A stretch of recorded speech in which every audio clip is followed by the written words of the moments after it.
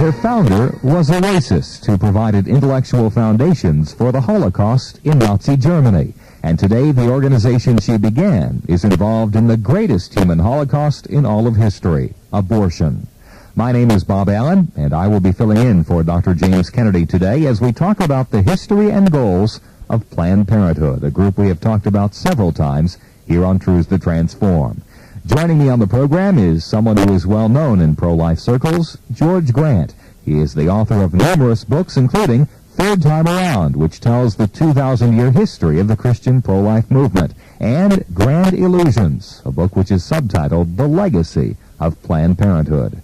George, welcome again to Truth to Transform. Well, thank you. It's great to be with you once again, Bob. George, as you reveal in your book, one of the most difficult things about discussing Planned Parenthood is that it is actually a network of organizations, local, national, and international. For those in our audience who have never studied Planned Parenthood, as I'm sure most have not, how would you define them? Well, Planned Parenthood is an organization about 70 years old that focuses all of its energy and efforts on sex education, on birth control and contraception, and on abortion services. It is the world's largest provider of these services in the world. It has a unifying philosophical approach. It has a number of unifying federations, both national, local, and international, that tie all of these various organizations together as a federation of worldwide Planned Parenthood movements. And so if you really want to just get a snapshot picture of what Planned Parenthood is, think about the sexual revolution, and think about the sex education movement, think about school-based clinics, think about abortion clinics and the battle for abortion rights in the United States, and you will think primarily about the activities and the functions of Planned Parenthood worldwide. They are at the forefront of all of those battles. Why do you think Planned Parenthood has been able to grow from a small New York clinic to this massive conglomerate in just a short time? Well, you cannot discount the fact that the founder of Planned Parenthood, a woman by the name of Margaret Sanger, you can't discount the fact that she was absolutely brilliant. She knew exactly what she was doing. She was a driven, passionate woman, believed completely and totally in her cause, and spent her life literally doing little else than promoting the Planned Parenthood scheme. As a result, she was met with great success. She also had a tremendous knack for attracting money. Very early on in the Planned Parenthood movement, she was able to attract the support through various publicity ploys as well as personal charisma. Planned Parenthood, through the agency of Margaret Sanger, was able to attract Carnegie money, Roosevelt money, Rockefeller money, Ford and Carnegie money, Mellon money, Astor money. Ultimately was able to go around the globe and meet heads of state and initiate Planned Parenthood programs in the Far East and in Europe and in Africa. She was just a tremendously successful, brilliant woman, and I would have to say that the success of Planned Parenthood early on has to be directly attributable to this one woman. Now, since that time, Planned Parenthood has attracted a number of professionals from all different fields and has drawn on the strengths of the most brilliant and passionate people in the left to promote its cause. And so all of these things kind of taken together have pushed Planned Parenthood to the forefront and made it what it is today, the leader in leftist causes when it comes to family life and education and media and so forth. Focusing on Margaret for a moment, what were the goals that drove her onward? Why was she so involved in promoting this philosophy? Well, early on, Margaret was involved in a number of radical causes. She grew up during a time of social foment and turmoil in the United States, an era that has been dubbed the Progressive Era. In the early teens and on into the 20s in our history, there were a number of radical movements that grew up, and Margaret was associated with most of those radical movements. Everything from international socialism and communism. She was a paid communist agitator at one time, believe it or not. She was involved with the International Workers of the World, which was a Marxist labor union movement that was doing really phenomenal things in cities in the Northeast and on through the Midwest.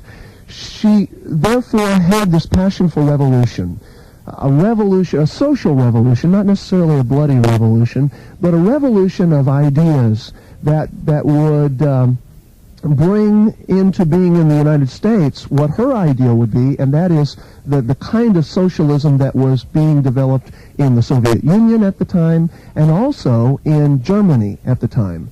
So she was really driven in that regard. Another strain in her thought was what is called eugenics. She was a believer in this pseudoscience of eugenics. Essentially what eugenics was it was a pseudoscience that focused on the gene pools of different races. Eugenicists believed that certain races were undeveloped and underdeveloped because of a poor gene composition.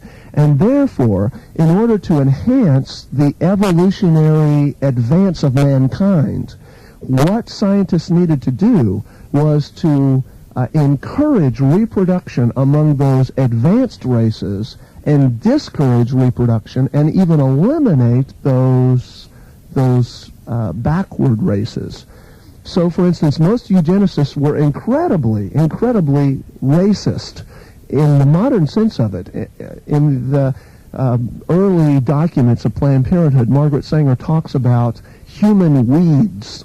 And these human weeds are blacks, Hispanics, Southern Europeans, Slavs, Jews, even Catholics, which, as we know, Catholics aren't a race. They are people of faith. And yet she considered those people, because she had a very strong anti-Christian bias. She was involved in the occult and theosophy and unity and several other things. She felt like that if a person was a Christian, that was a demonstration that they had bad genes. And so Planned Parenthood originally was devised as a combination of these two strains in her thought: revolutionary socialism, an attack on capitalism and the structure of the economy, and on the other hand, an attack on these inferior races to limit the reproduction of blacks, Hispanics, Slavs, Southern Europeans, and so forth. With those two kind of prevailing philosophies driving her, she was able to develop a very sophisticated campaign that ultimately culminated in the modern birth control and abortion movements. Now, are Margaret Sanger's ideas that we've been talking about still apparent in Planned Parenthood today? Well, you know, obviously Planned Parenthood is a very sophisticated and cosmopolitan organization. It is also rooted in what Herbert Schlossberg in his marvelous book, Idols for Destruction, calls egalitarian humanitarianism. And so you don't hear them saying racist things. Now, Margaret Sanger was involved with a number of Hitler's social engineers in Nazi Germany. For instance, Dr. Ernst Rudin, who was Hitler's director of the euthanasia program, wrote for Planned Parenthood journals. And Dr. Lothrop Stoddard, who was a eugenicist from the United States but was closely allied with Nazi Germany in a number of things, and wrote a book that was reviewed favorably in the Planned Parenthood Journal entitled White World Supremacy and the Threat Against It. And these kinds of things were very predominant and open in the early days. Margaret Sanger developed something in the 40s called the Negro Project, and the design of the Negro Project was to limit reproduction among blacks in the South in the United States, and to introduce the ideas of birth control, contraception, and abortion, so that ultimately she could eliminate the black race. Today, Planned Parenthood is not that blatant. However, when you read carefully with a mind attuned to these things kind of in the background, you do see subtle hints that these philosophies still predominate. For instance, you can't help but, when you're reading Planned Parenthood literature, see the constant emphasis that is made on the burden of the poor. in the United States, on the taxpayer, on the middle class, and so forth. So we're taught to think in Planned Parenthood literature that the poor, and particularly the minority poor, are a drain on society. And so Planned Parenthood organizes its campaigns and develops its projects and programs in minority neighborhoods. When you think about school-based clinics, you're not thinking about clinics in white, upper-middle-class, suburban high schools. You're thinking about clinics in the inner cities, in minority schools, designed to limit reproduction in those schools. Now, Planned Parenthood says, well, of course, that's where the most need is, and that's why we're there. And yet, their own statistics show that the rate of teen pregnancy and the rate of sexually transmitted diseases in public high schools in America today is higher and growing faster in those white upper-middle-class suburban schools by a rate of almost 2 to 1 than in those minority schools. So when you look at all of the things that Planned Parenthood is doing racially, you see that subtle undercurrent of racism is still there.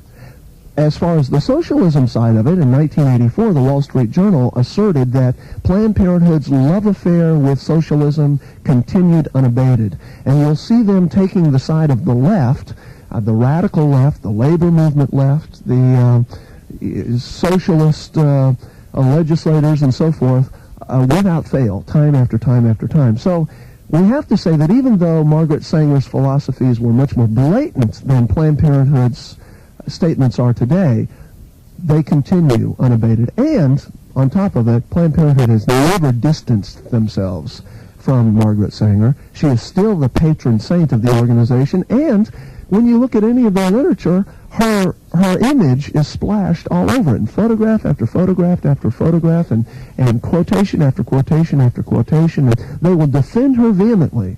So as much as they try and say that they're not the racist organization of the past or the socialist organization of the past, they can't escape it. This is Truths That Transform. I'm Bob Allen, sitting in for Dr. D. James Kennedy today. Our guest is George Grant, who has written the book Grand Illusions, The Legacy of Planned Parenthood. George, before the break, we were talking about the founder of Planned Parenthood, Margaret Sanger. How did it come to have that name of Planned Parenthood? It sounds so innocuous today, so nice, something that we need, Planned Parenthood. Well, it does, and that obviously was a part of the strategy that they had in coming up with that name. Originally, the organization was not called Planned Parenthood. It was originally, Margaret Sanger developed a newsletter called The Rebel Woman. And The Rebel Woman was a newsletter that she sold on the streets of New York in Greenwich Village, and it's espoused all kinds of radical things. For instance, Emma Goldman wrote for The Rebel Woman, and she wrote one article, for instance, entitled In Defense of Assassination. Shortly thereafter, President McKinley was indeed assassinated by one of Emma Goldman's followers, by the way. So it started just as kind of a general radical left, anarchistic, socialistic rag. Later, that developed into a single clinic, which was put into a very impoverished section of New York, in Brooklyn, as a matter of fact. And Margaret Sanger used that initial clinic, which was ultimately shut down by the police for disseminating obscenity. And Margaret herself was ultimately arrested for sending obscenities and profanities through the mail. But she developed a small following, and she wanted to give a name to that small following. She named it initially the American Birth Control League. In fact, she claimed that she coined the term birth control. And she really wanted to make that an important part of everything that they did, making that phrase very prominent. But she ran into trouble during World War II. And obviously the trouble was that as America's affections turned away from Germany, and as the realities of the Holocaust against the Jews, and the Holocaust against the Poles, and the Holocaust against the Czechs that Nazi Germany had perpetrated, even the Holocaust, which we don't hear much about, but there was a terrible slaughter of Central European Catholics. As these things came to light, Planned Parenthood had a real or the American Birth Control League, had a real public relations problem. People began to associate the eugenicist and Nazi-like leanings of this organization with everything that was going on in Germany. So Margaret Sanger and her board did some quick backpedaling, and they said, now, how can we reposition ourselves in the marketplace of ideas, so to speak, so that we sound really innocuous and that we sound like a service to families? Well, they came up with Planned Parenthood as the name. Margaret actually resisted the name at first. She thought it sounded too mushy. She was still pretty hardcore, but reason ultimately prevailed, and it has turned out to be a very, very wise choice. There are a number of Christians today. In fact, Dr. Kennedy and I were talking about this just not too long ago. A number of Christians today who hear the phrase Planned Parenthood, and they think, you know, that's a good thing. We ought to support that. And so the name was chosen very wisely. Now, your book is called Grand Illusions, and one of the illusions you point to is that Planned Parenthood claims to advocate the freedom of women to choose if and when they want children without government interference. How is this really an illusion? Well, you know, it's really interesting. The truth is, Bob, from its very inception, Planned Parenthood has sought mandatory population control measures carefully designed to deny women the freedom to choose and enforced by the government from above. So, for instance, over the years, it has proposed that our government implement such things as compulsory abortion for out-of-wedlock pregnancies, federal entitlement payments to encourage abortion, compulsory sterilization for those women who have already had 2 children, and even tax penalties for existing large families. Now, that is not the program of an organization that is pro-choice. The fact is that Planned Parenthood is the #1 anti-choice organization in the world today. It was Planned Parenthood, in fact, that developed China's one-child per family policy that led to the slaughter of millions of living children inside their mothers' wombs and millions more living children who had already been born. The United States just recently allowed several Chinese families to seek asylum in the United States, not for political reasons, but for reproductive reasons. One of the families was interviewed in the national media, said that she had had 3 children killed by Chinese army guards for the sin of being born, for the crime of being born, because their family was one of the families limited to 1 child per family. Now, another illusion is how Planned Parenthood claims to serve the needs of poor women and low-income families. We talked a little about this. Their idea was not like the church to go in and help the poor people to be self-sufficient and to get out of that cycle, but instead let's just do away with them and get rid of that segment of the population. How is that an illusion? Let's talk about that a little more. Well, it's interesting. The entire program of family limitation that Planned Parenthood has designed was designed specifically to foster an elitist program against the underclasses. For instance, and that's not a wild statement. Let me quote from Margaret Sanger. In 1922, Margaret, the founder of Planned Parenthood, chided social workers, philanthropists, and churchmen for perpetuating what she called the cruelty of charity. She argued that organized attempts to help the poor were, quote, the surest sign that our civilization has bred, is breeding, and is perpetually, constantly increasing the number of defectives, delinquents, and dependents, end quote. She went on to write that the most insidiously injurious philanthropy was maternity care given to poor women. She concluded her diatribe in this book, a very famous book, a bestseller in 1922, in fact. She concluded the diatribe by describing all those who refused to see the necessity of severely regulating the fertility of what she called the working class and the human weeds in our culture as, quote, benign imbeciles who encourage the defective and diseased elements of humanity in their reckless and irresponsible swarming and spawning.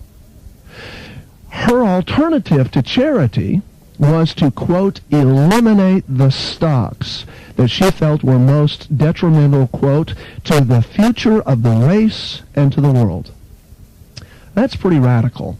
What that tells us is that Planned Parenthood has always targeted minorities, the unwanted, and the disadvantaged for family limitation, contraception, abortion, and sterilization.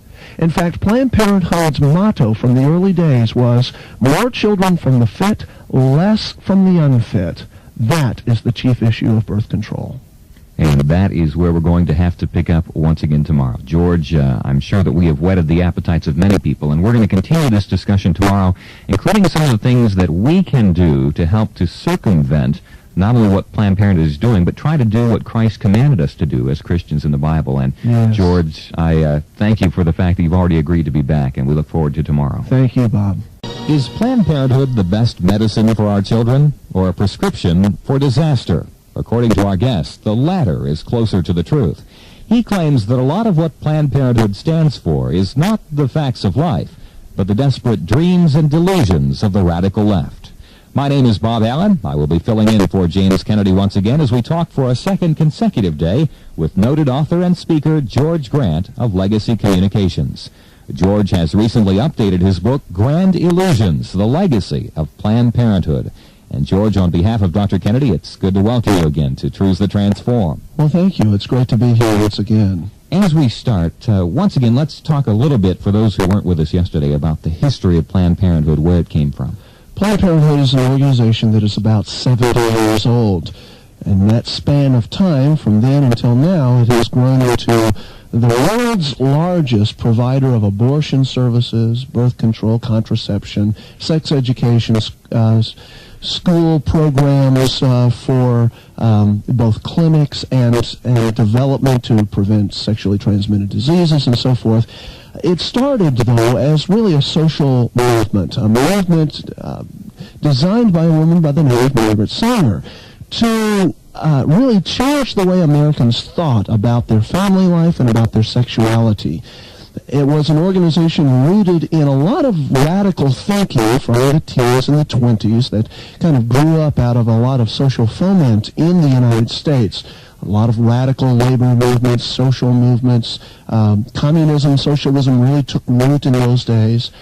And Margaret Sanger was a part of that whole milieu. And at the same time, she was involved in a lot of pop science, especially the pop science of eugenics, which was kind of a racist approach to the manipulation of human evolution. They believed that they could advance human evolution by limiting certain degenerative stocks, races that in their mind were underdeveloped and undeveloped, and enhancing the development and the reproduction of what they felt like were the advanced stocks, the Aryan races. So Margaret Sanger was involved in all of that, and Planned Parenthood was organized as a social institution to disseminate that kind of thinking through educational means, but also through actual medical services. So that's really where the organization came from, and the Planned Parenthood groups that we have in virtually every community around the United States and ultimately throughout the world grew up out of that and continue to perpetuate that kind of thinking, even though obviously today it's much more subtle and cosmopolitan and sophisticated. That's really where it came from, and that's still where it's going. Now, the first illusion that we're going to start with today, Planned Parenthood claims that its system of birth control is safe and effective. How true is that?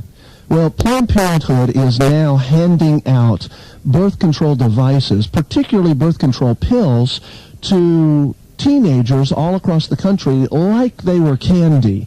And that's a very dangerous thing to do. A number of medical studies have shown that the birth control pills that are on the market today, which have been changed drastically from those first pills released in 1960 and approved in 1960, that even now they have questionable medical risks and of complications and effects in women's lives. Almost any woman who has ever taken the pill for any extended period period of time, has had to switch prescriptions a number of times because of problems with high blood pressure or weight gain or retention of water or loss of appetite or a number of other things.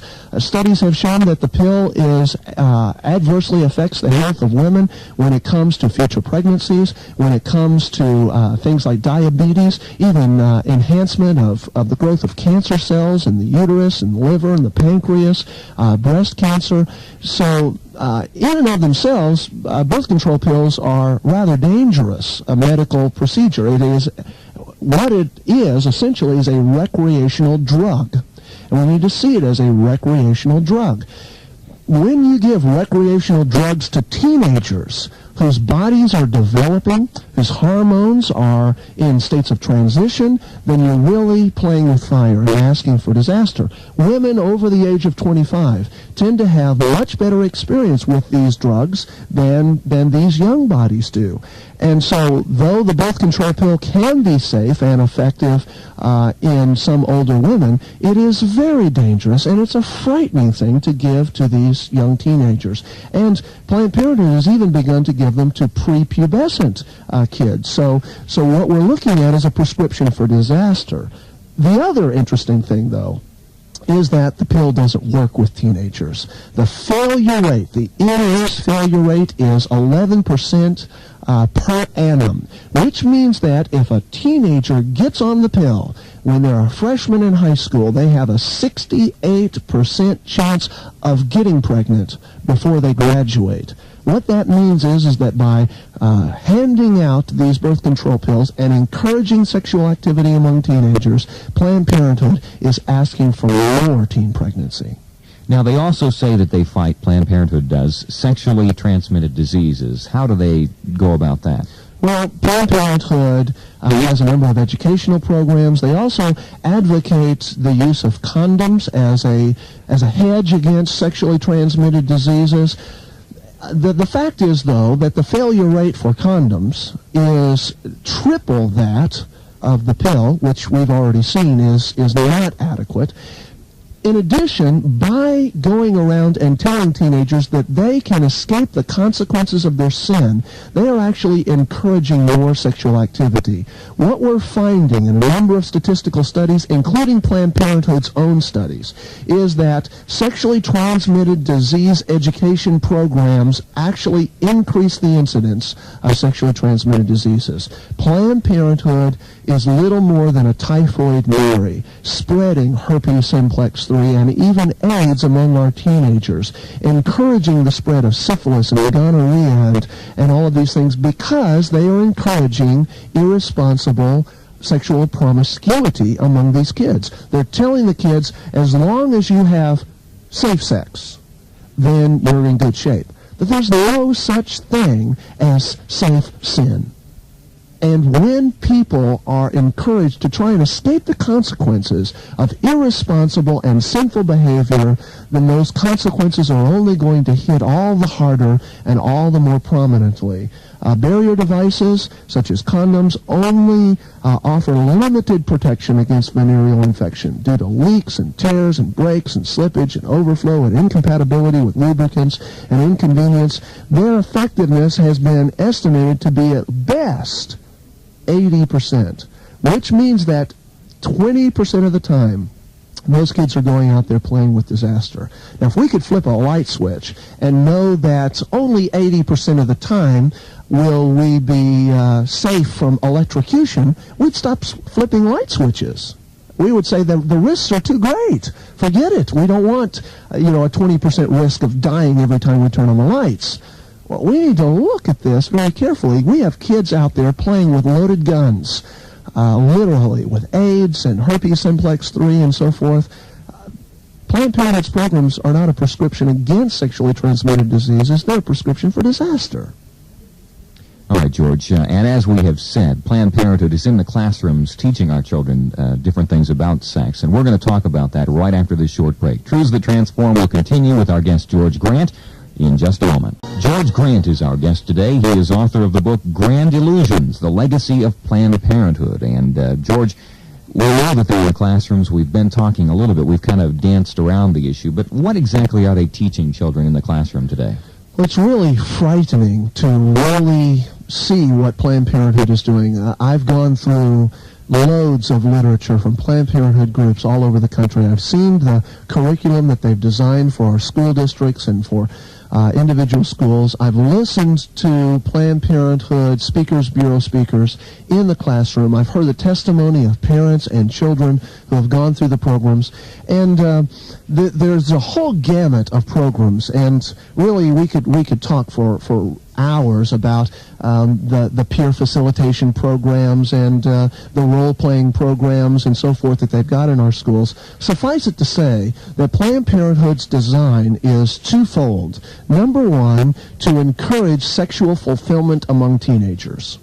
Some of the programs that I have seen have advocated everything from self-satisfaction through masturbation, but also all the way across the line to incest and bestiality and homosexuality and the full gamut. On the other hand, the Planned Parenthood's second tack is be responsible in the way you do it. Make sure you don't hurt anyone else. Be sure and be nice. Make sure that you use some sort of protective devices, condoms or pills or whatever, and be responsible in your irresponsibility. Be responsible in your bestiality. Be responsible in your incestual relationships. That is a frightening thing. The result of Planned Parenthood's sex education program has not been to reduce teen sexuality or teen sexual activity, as you might expect. It has not been to reduce sexually transmitted diseases. It has not been to reduce teen pregnancies. In fact, according to its own survey conducted in 1986 by the Lewis Harris pollsters, teens who have taken comprehensive sex education courses designed by Planned Parenthood have a 50% higher rate of sexual activity than their unenlightened peers.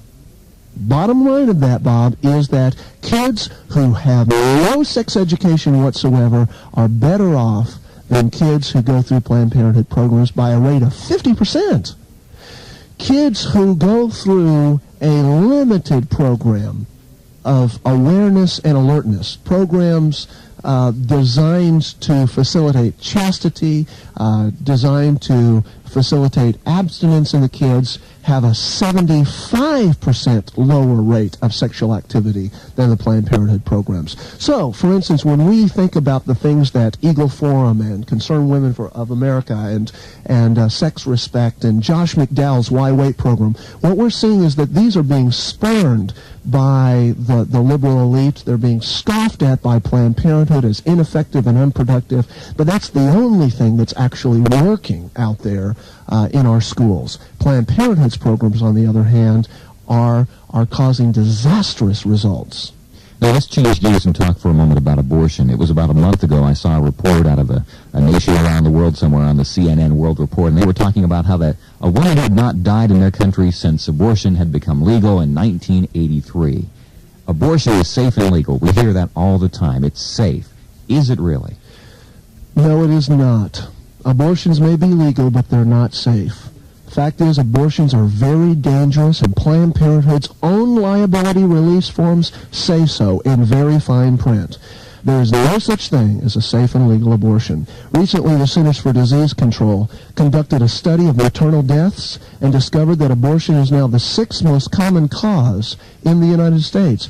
The results of the study, released in the May 1985 issue of Obstetrics and Gynecology, admitted that those abortion-related deaths were actually underreported by as much as 50%. So the numbers are a lot worse than we even think. The fact is that before abortion was legal in the United States, the number of deaths due to criminal self-inflicted abortions, back-alley abortions, was somewhere between 3 and 8 per year. Even though we hear Planned Parenthood and the ACLU and others say that the numbers were 5,000, that's just not true. Part of the reason for that is that most abortions have always been performed by licensed physicians. The myth of the back alley is just that. It's a myth. It's a propaganda tool. The very people that were performing abortions back before 1973 are still performing those abortions. They've just moved out of the shadows and up to Main Street. Now they take MasterCard and Visa for their services. On the other hand, though the idea of a number of deaths for abortion services has been much over-reported previous to 1973 and much underreported, another aspect of the whole abortion industry that has not come to the public's understanding and estimation are the physical effects that abortions inevitably bring to every woman that undergoes the surgical procedure. 25% of all the girls who get first trimester abortions are then sterile for life. 25%. About 90% of the women who go through abortion procedures, before 3 years have elapsed, have had to seek some sort of professional psychological help for what is now being called by psychological professionals as the post-abortion syndrome. 90%.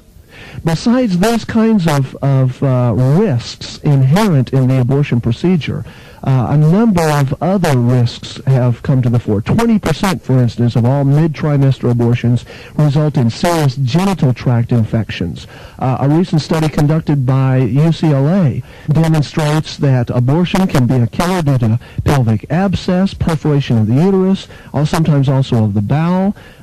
Infections, abscesses that don't prove fatal can cause pelvic inflammatory disease. A number of other medical complications include hemorrhaging. Nearly 10% of all those cases of mid-trimester abortions require transfusions. It just goes on and on and on.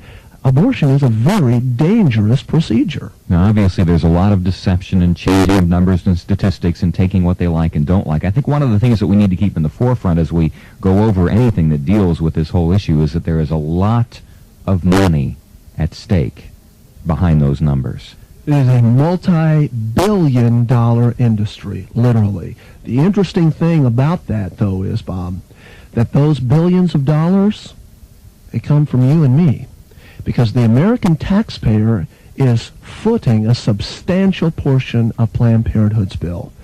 Planned Parenthood receives almost $1.25 billion a year, various levels of its organizations, from the American taxpayer, from you and me.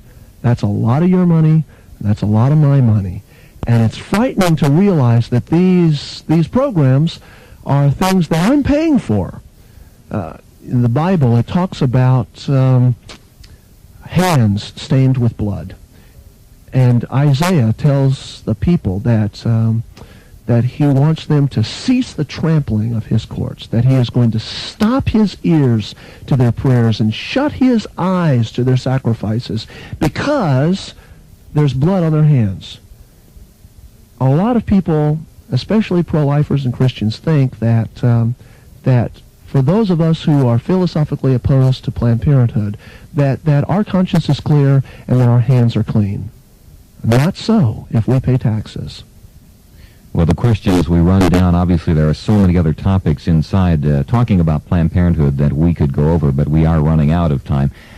The one question that many people would have is, well, what can I, as an American citizen, do to stop at least my part in supporting Planned Parenthood?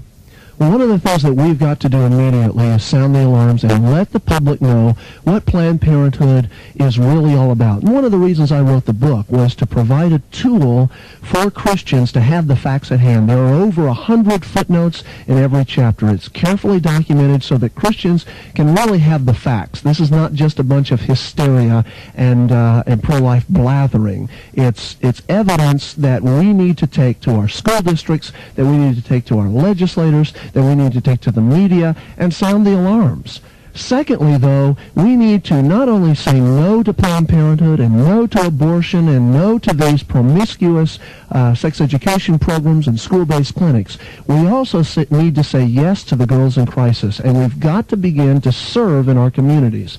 The way that we can do that is to begin to volunteer and to provide money and resources and services to the various crisis pregnancy centers that are all around the country that are really struggling right now to meet the needs of girls in crisis.